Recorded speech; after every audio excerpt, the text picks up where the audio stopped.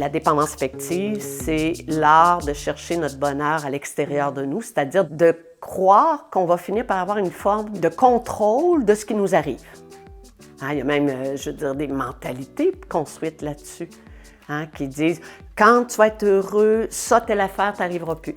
Ça t'arrivera plus. » Je dis « ah oui, OK, comme ça, moi, quand je vais être heureuse, s'il y a un ouragan, il va faire le tour de ma maison. » Mais oui, c'est absurde.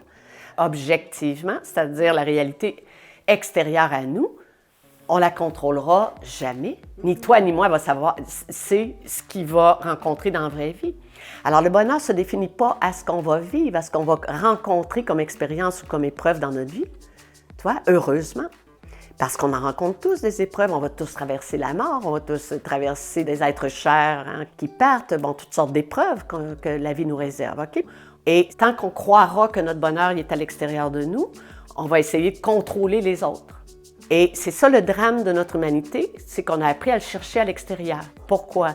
Parce qu'on a tous, enfants, été programmés par des parents qui nous ont enseigné que le but de notre vie, la couche aux fesses, on a appris qu'il fallait chercher notre bonheur dans le paraître, le faire et l'avoir. Donc le paraître. Tu ne vas pas t'habiller comme ça ce matin. Tu veux m'enlever ça? Tu as l'air de la chienne à Jacques. Tu vas faire rire de toi. Déjà, on est programmé mentalement, donc cognitivement, pour se rendre malheureux.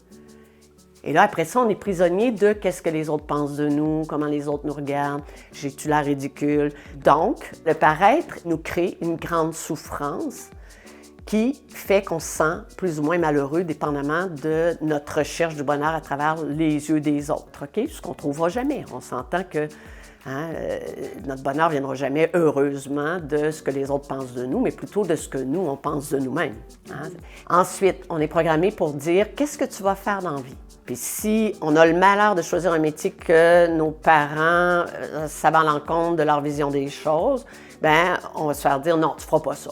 Et ensuite, l'avoir, là, la même chose. OK, qu'est-ce que tu vas avoir? Alors, tellement de gens vont venir me voir, Marie-Hélène, pour dire « à mon âge, je devrais avoir ». Et là, la détresse. J'ai pas d'enfant, j'ai pas de conjoint, j'ai pas de maison, j'ai pas de bateau, j'ai pas de voyage. Bon, vois-tu, on est appris à calculer nos avoirs en croyant que notre bonheur va venir de l'extérieur, alors que on appelle ça la dépendance affective. Tant que l'être humain va croire que son bonheur est une question de plaisir, il va croire que son bonheur va fluctuer. Si l'être humain continue de confondre plaisir et bonheur, quand il n'y aura plus de plaisir, sa carence affective le met en danger de dépression et de finir par s'enlever la vie.